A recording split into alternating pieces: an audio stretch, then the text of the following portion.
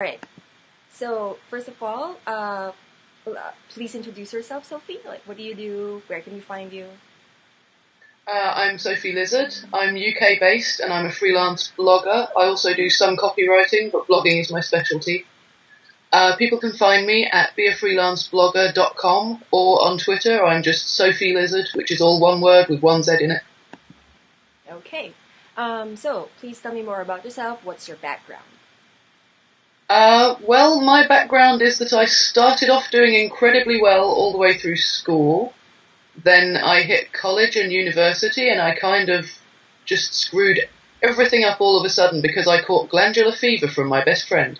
Oh, wow.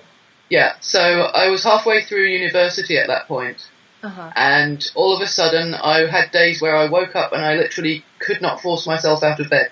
Oh, I would just kind of lay there going, uh, oh, that for sucks. hours, and then other days I felt okay, and it took a really long time for me to find out that glandular fever was what I had, because Oh, I'd have days where I managed and other days where I didn't, uh-huh. and by the time I was diagnosed, I'd actually already had it for 18 months. Oh my God.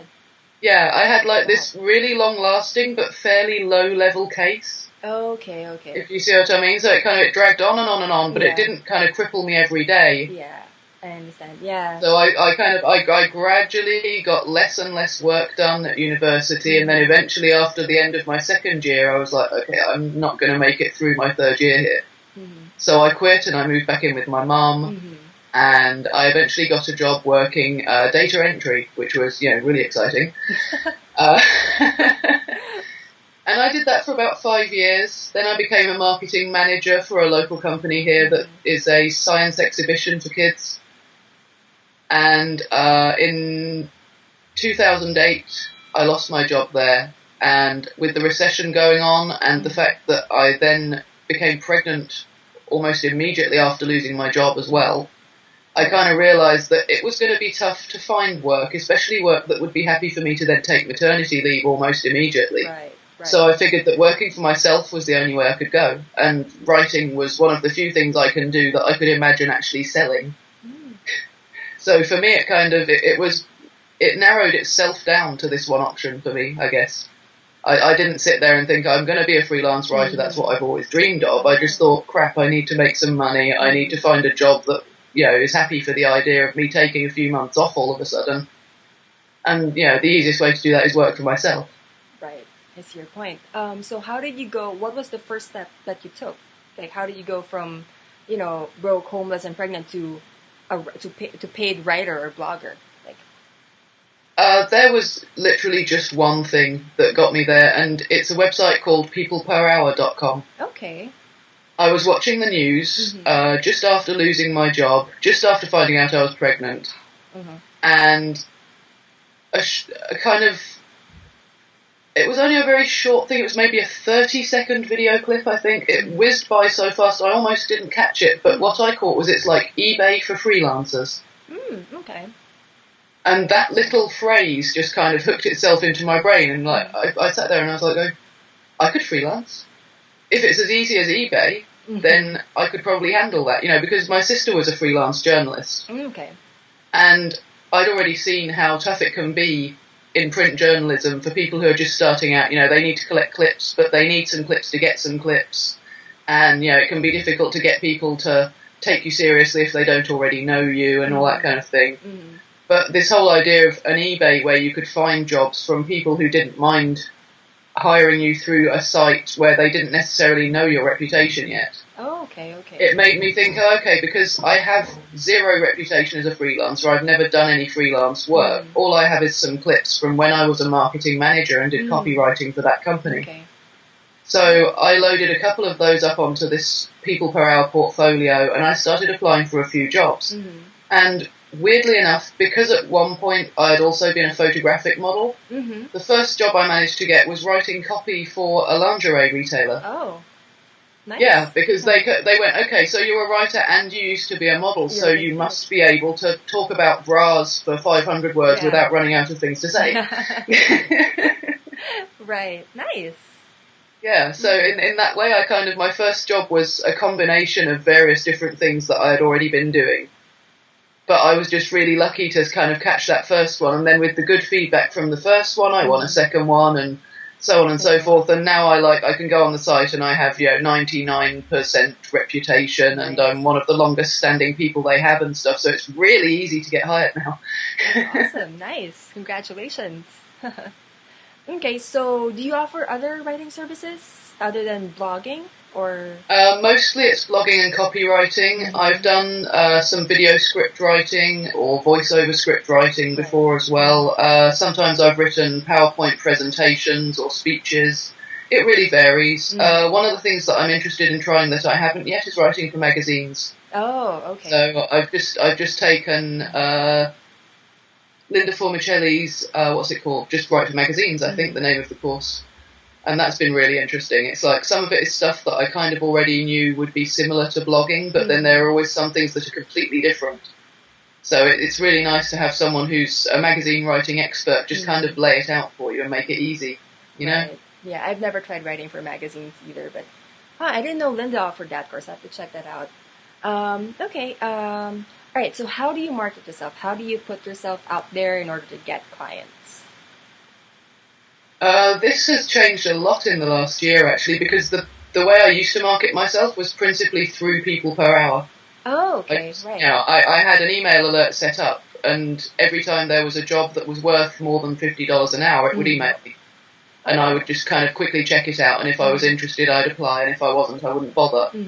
And that, all by itself, along with, a couple of referrals every now and then, pretty much kept me in the money for a couple of years. But just recently I've been switching all that around because I've started the whole Be a Freelance Blogger side of things, which is kind of like an extra branch now to my business, if you see what I mean. And I've noticed that since I started that, not only am I marketing myself as a blogger's mentor through that site, but at the same time I'm getting a lot more clients coming to me that are saying, oh, I found you because you have this website where you're giving advice on blogging, and I was looking for advice on blogging, but then I thought, well, heck, I'll just get her to do it for me. That's cool. How long have you been doing beafreelanceblogger.com? I started in summer 2012. I think it was June or July 2012, but I didn't actually have a live post on there until January. Oh, okay. Yeah, so I had a really long kind of pre-launch, and then I launched in mid-January. So it's only really been going for a couple of months. Okay. Was it a successful launch? Would you consider it a success? I was very happy with it, yeah. Oh, nice. I don't know what the metrics usually are for determining a successful launch, but yeah, lots of people came, lots of people seemed to like it, so I was pleased. Yeah, I mean, all your blog posts have like 30, 60 comments, so I think that says a lot about the engagement that you get and the traffic that you get, so. Okay. So you've written for some of the best blogs in the writing blogging ring. Copy Blogger, Firepole Marketing, Make a Living Writing, like all these blogs that I read, I see you in there. And so they have really high standards. Can you give us a few tips on how to approach these blogs and get published? I'm not sure what I'm doing that other people aren't, so it's kind of difficult. Okay. But the only thing that I do is I send quite a detailed outline of my post. So if I'm going to propose something, I wouldn't just send an email saying, hey, I was thinking about maybe doing something about social media marketing. Because, that's so incredibly vague, nobody will really know what you're proposing. So what I tend to do is I'll send them a suggested headline. I might send them the intro paragraph, almost ready written. And then I'll kind of do each section that I would include in the body, I'll put a heading down and then a couple of bullet points of what's going to be in that section, so people can kind of see the shape of the whole post when I pitch it. Because I've found that when I work as a blog editor, which I also do sometimes, when people pitch ideas to me, sometimes I like that idea, but I don't know what you plan to do with it yet. Oh, that's really because outline. they've sent me something and they've really thought of a good angle on an interesting topic. But if I don't really know what they're likely to write and what shape it's going to have, then it's difficult for me to say either yes, go ahead, or no, I don't think that's going to work. Okay, I see. So from that, I've learned to make as clear a picture as I can of the kind of bare bones of the post, I guess. Okay. And it really helps actually when you come to write it, because then all you have to do is put the flesh on those bones that you already have. So that gets rid of your procrastination tendencies and your writer's block quite easily. Okay. That's pretty cool. And how do you come up with ideas? Because you have a lot of posts, and all of them provide tremendous value. How do you have any tips for idea generation or? I cheat. Okay. Like I say, I work as a blog editor as well, so quite often if I realise that the people that I'm getting articles from as a blog editor are doing something that's annoying or something that causes delays or anything like that, then I just think, okay, well, this is something freelance bloggers should know, because if I find it's annoying or if I find it doubles the time taken to edit their post or something like that, then yeah, it's probably happening to other people elsewhere in the world, and maybe if I point it out, it won't happen so much. Very cool. So you find a problem and then you write a post to fix it. That's awesome. Yeah, I'm lucky to have the editor's point of view as well as the blogger's point of view, so that makes it quite easy. And then at the same time, I find that actually my readers give me a lot of really great ideas in the comments. Oh. But if I've written a post about something, somebody will pop up and go like, this is really cool, but I wish you would have written more about blah, blah, blah. And I'll go, okay, then I will.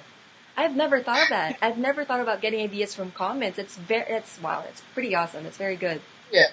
My readers supply an endless stream of new ideas of stuff I can write about. And sometimes people email me and they say, no, I'm really struggling with this. Can you help? And I might write them back an answer that takes 5 minutes. But then if I think, actually, no, this is something that probably a lot of people need help with, then I'll sit down and I'll take that 5-minute answer and I'll turn it into, a 1,000-word post that gives all the details. And then I can email that person back and say, here you go, I wrote a post just for you. That's awesome. I actually found some ideas right there. Thank you. All right. So I think that covers all my questions. Is there anything else that you want to add? Anything else that you want to say to viewers? If you're interested in getting paid to blog and you're not being paid yet, or if you're only getting paid a small amount, then I do have a very useful download you might like. It's called The Ultimate List of Better Paid Blogging Gigs, and it's a list of 45 blogs that will pay you $50 or more per post. And you can get that at beafreelanceblogger.com. If you want to go straight there, it's beafreelanceblogger.com/betterpaidbloglist. But you'll find it on the site anyway. Awesome resource. Thank you for that. I downloaded that. It's really useful for me. I had no idea so many blogs. Putting together a new edition now for this year, so I plan to do another one every year to update it, because some blogs close and new ones open and so on. It's nice to make sure that people aren't using something that's 2 years out of date. True. That's very cool. All right, so I think that covers all our questions. Thank you. Thank you so much. Now we just have to go off and edit it all together and remember to put it on Tumblr. Oh, yes, I will. Thank you so much for agreeing to do this or for suggesting it, It's cool. Thank you. See ya.